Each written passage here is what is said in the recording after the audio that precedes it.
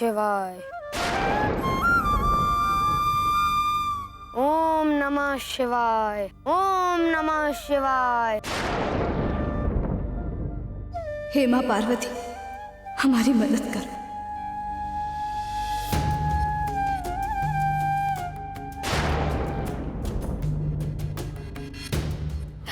कितने रात को पड़ेंगे पता भी नहीं चलेगा, कहाँ मार रहे हैं।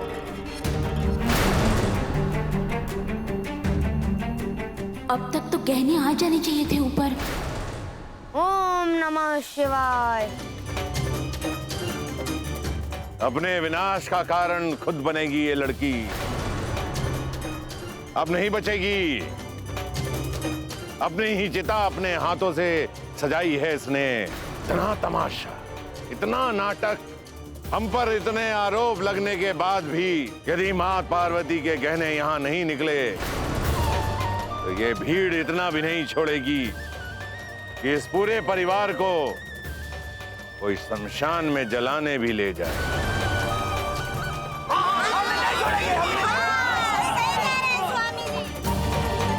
देखा आप लोगों ने, कितना समय बीत चुका है और अभी तक कुछ नहीं हुआ। ये लड़की हम लोगों को मूर्ख बना रही है। हम सब शिव भक्तों के आस्था के संग खेल रही है लड़की। क्या अभी भी आप लोग इस लड़की का तमाशा देखेंगे? नहीं देखेंगे। अरे बंद करो ये तमाशा। तुम क्या समझती हो, तुम हमें मूर्ख बनाती रहोगी और हम मूर्ख बनते रहेंगे? स्वामी जी जैसे सिद्ध पुरुष पे ये लांछन लगा रही हो। भाइयों, इसने हमारी आस्था का बहुत मजाक उड़ा लिया है। इसने अपने आप को बचाने के लिए स्वामी जी जैसे सिद्ध पुरुष पर चोरी का इल्जाम लगा दिया। बंद करो, ये सब नहीं चलने देंगे, बंद करो इसे। अभी क्यों कर रही हो ये तमाशा? क्यों बढ़ा रही हो मुसीबतें घर वालों के लिए? और माँ पार्वती, गहने प्रकट करो ना। बस करिए भाभी, हमारे पास तो कोई बचने का रास्ता भी नहीं छोड़ा आपने। देखा छवि अपनी भाभी सा को, कोई मरे तो मरे, इन्हें क्या। अरे जेठानी जी, अब भी मौका है, स्वामी जी से माफी मांग लीजिए। हम सब बच जाएंगे, आप समझिए। अरे मारो इसे।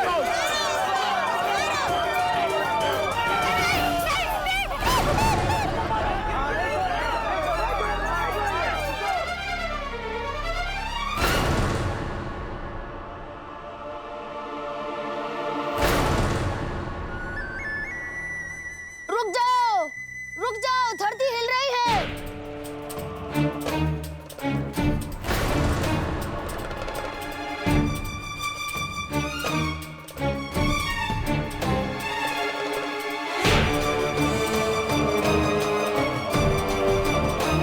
भाभी, धरती हिल रही है।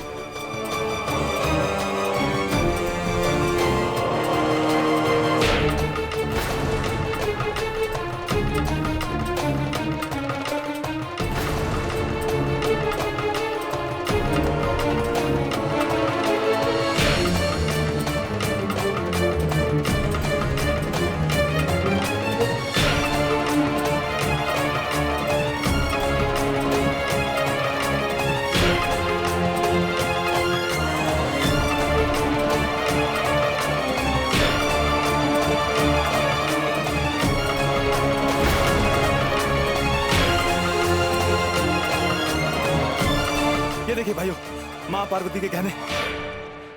माँ पार्वती की जय। जय जय जय। भोलेनाथ की जय। भोलेनाथ की जय। भोलेनाथ की जय। भोलेनाथ की जय। भोलेनाथ की जय। भोलेनाथ की जय। भोलेनाथ की जय। भोलेनाथ की जय। भोलेनाथ की जय। भोलेनाथ की जय। भोलेनाथ की जय। भोलेनाथ की जय। भोलेनाथ की जय। भोलेनाथ की जय। हर हर महादेव, हर हर महादेव, हर हर महादेव, हर हर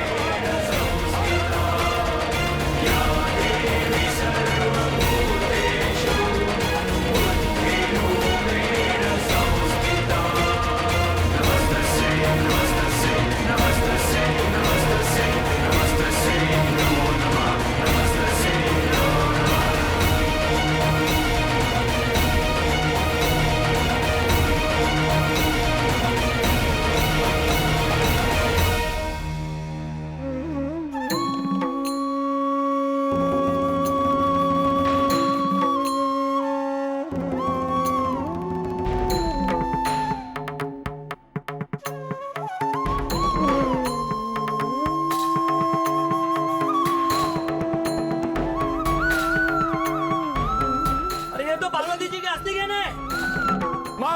गहने देखिए, देखिए माँ पार्वती के गहने। ये कैसे हो सके? जय माँ पार्वती की।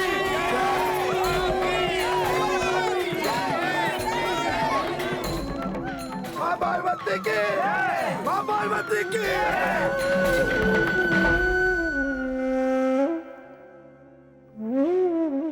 अरे हाँ, ये लड़की सही कह रही थी, ये हमारी भूल थी। पार्वती के गहने के बारे में माँ पार्वती ने स्वयं उसे सपने में आके बोला था। ये लड़की बिल्कुल सही बोल रही है। अरे तुम जैसे नीच लोगों की वजह से हमारा साधु समाज बदनाम है। अरे तुम्हें तो जिंदा जमीन में गाड़ देना चाहिए। ये गहने असली नहीं हो सकते हैं। ये गहने माँ पार्वती के नहीं हैं, क्योंकि असली गहने माँ पार्वती के मैंने इनके घर में चुपकाए थे। ये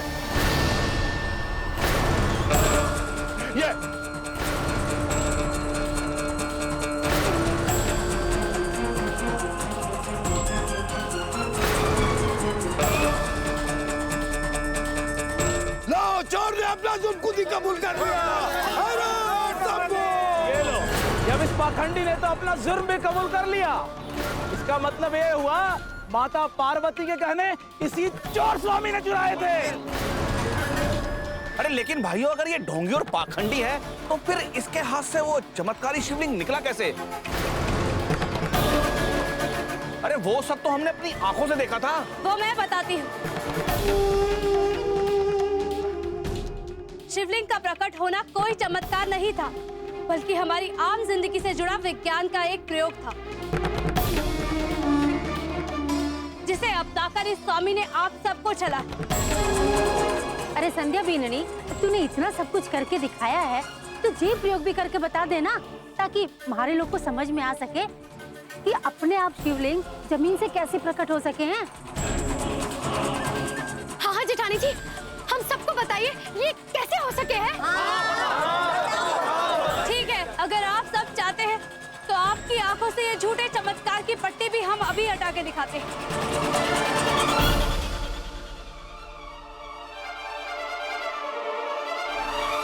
बाबू,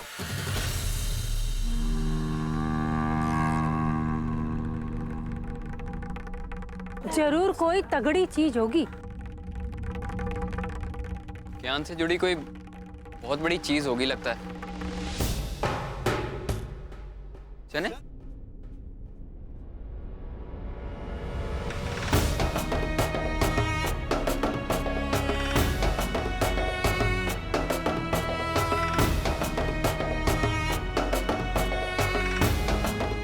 तो अंकुरित चने हैं। अरे आज तक भीगे हुए चने से मैंने दाल और सब्जी तो बनाई है, लेकिन चमत्कार हो सके इन सब चीजों से, ये तो पहली बार ही देख रही हूँ। संध्या बीननी, अंकुरित चने से जमीन में से अपने आप शिवलिंग कैसे प्रकट हुए? भाभो, शिवलिंग प्रकट होने के एक रात पहले इस ढोंगी स्वामी और इसके चेलों ने आकर जमीन खोदकर शिवलिंग के वजन के 2 गुने भीगे हुए चने जमीन में गाड़ दिए।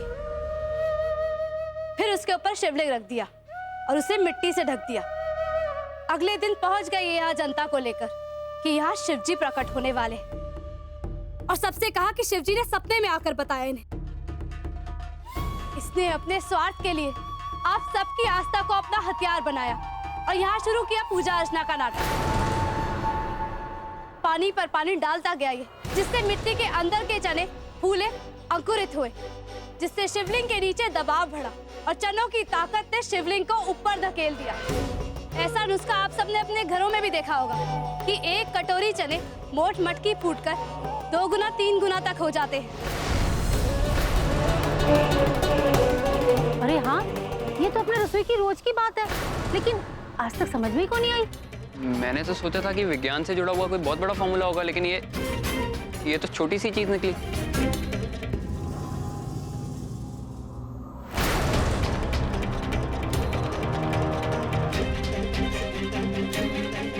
अरे स्वामी जी कहाँ गए?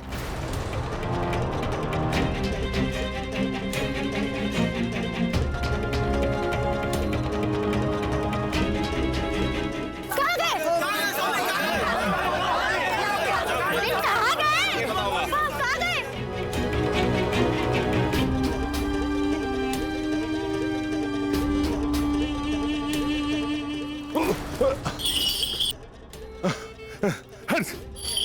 अरे गौ माता, तू हट जा, मेरे प्राण संकट में है। अरे कहाँ से जाऊं, ये तो रास्ते में आके खड़ी हो गई।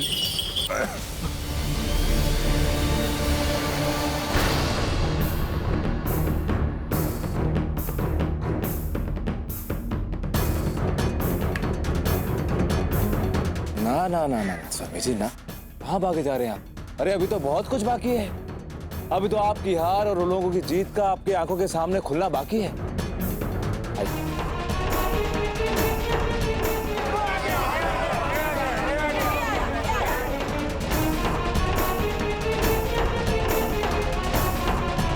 इसका मतलब ये सब छोटी मोटी बात थी, कोई चमत्कार वमत्कार नहीं था। भीगे हुए चनों की ताकत के सहारे ये हम सब लोगों को बेवकूफ बना रहा था। मैं भी आप सबसे माफी चाहती हूँ कि इस ढोंगी स्वामी की सच्चाई सामने लाने के लिए मुझे भी आप सबसे कई झूठ बोलने पड़े।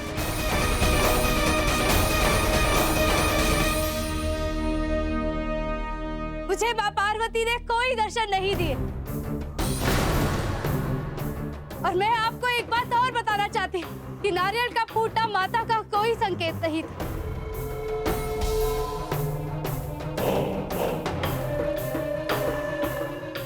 बल्कि वो भी विज्ञान का एक प्रयोग ही था जो हम अक्सर स्कूल में करते हैं।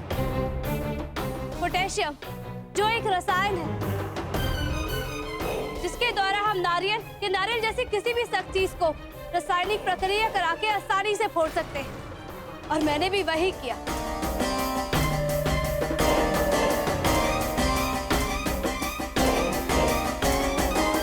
और एक बात और, जिस माँ पार्वती के बहते हुए आंसू देखकर इसने मेरी भावुक को दोषी ठहराया था, वो आंसू भी नकली थे।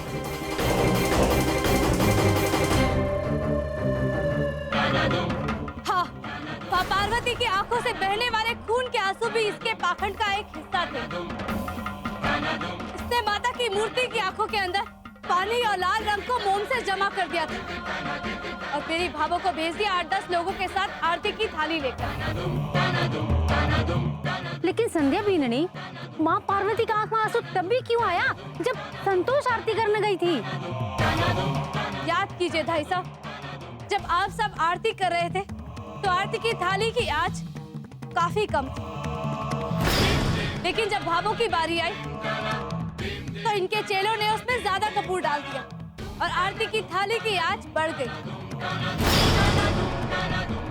भावों के आरती करते समय थाली की आंच माता की आंखों के एकदम नजदीक थी, जिससे माता की आंखों में रखा मोम पिघलने लगा और लाल रंग मिला पानी बाहर आ गया,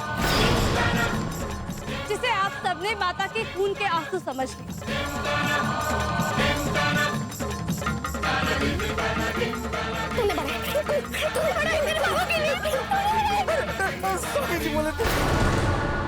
जेठानी जी, एक बात कहूँ, इतनी बड़ी बड़ी जानकारी देकर ना आपने हमारी आंखें खोल दी। मुझको तो सचमुच लगा था कि माँ पार्वती आपके सपने में आई हैं। लेकिन आपको ये बातें पता कैसे चली?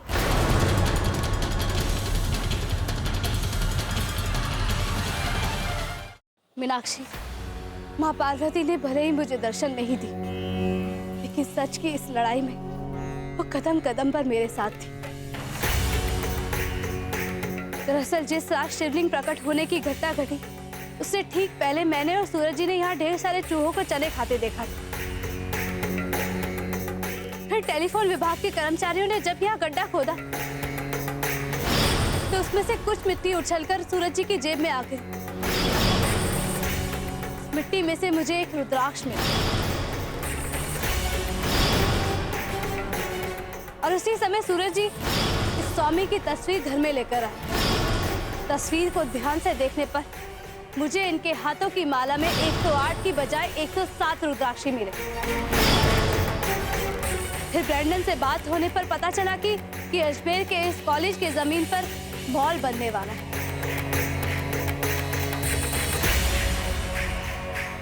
और तीसरा नाम था गोविंद लाल। गोविंद लाल कौन है? ये गोविंद लाल कौन है? यही ढोंगी स्वामी गोविंद लाल है।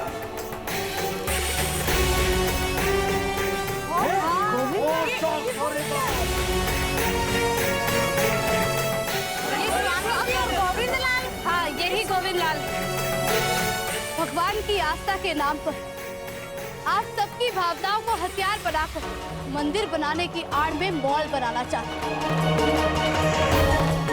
मॉल बनाने के लिए ही इसने ये सारा षड्यंत्र रचा।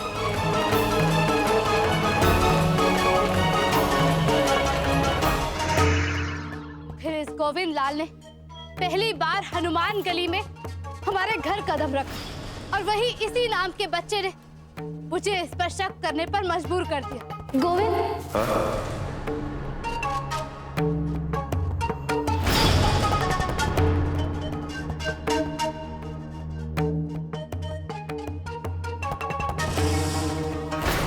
तभी मैंने और सूरज जी ने ब्रैंडन के जरिए इसे वीडियो चैट के लिए बुलाया।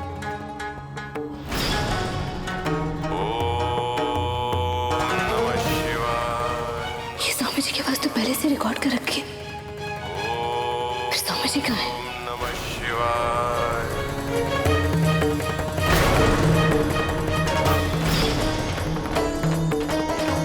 इसके इन्हीं इरादों को देखते हुए मैं मंदिर निर्माण के खिलाफ कोर्ट का स्टे ऑर्डर लेकर आई और उसी बात का बदला लेने के लिए इस स्वामी ने हमारे घर परिवार को ईश्वर के प्रकोप का श्राप दे दिया।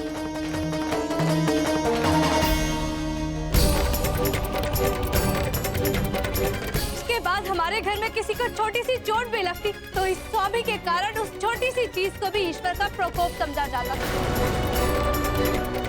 लेकिन इससे भी इसका मन नहीं था, तो इसने खुद माँ पार्वती के गहने चुराकर का झूठा इल्जाम मेरी भाभो पे रख दिया। लेकिन भगवान ने गौ माता के रूप में अपने कंडों में गहने रख मुझे दिखा दिए।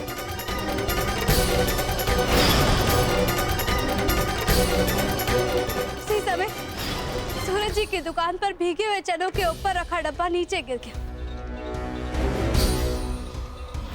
जिसके बाद मेरे सामने शिवलिंग के प्रकट होने का सच भी सामने आ। उसके बाद जो कुछ भी हुआ वो आप सब जानते हैं।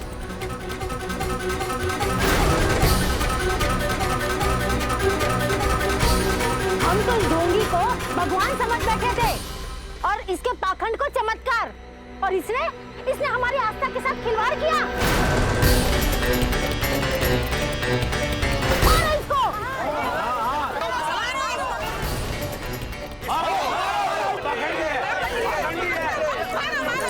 पकड़ो इसे।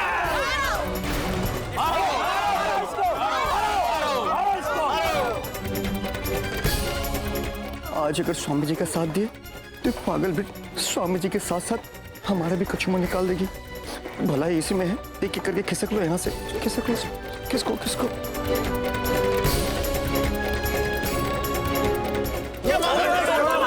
छोड़ दे सूरज।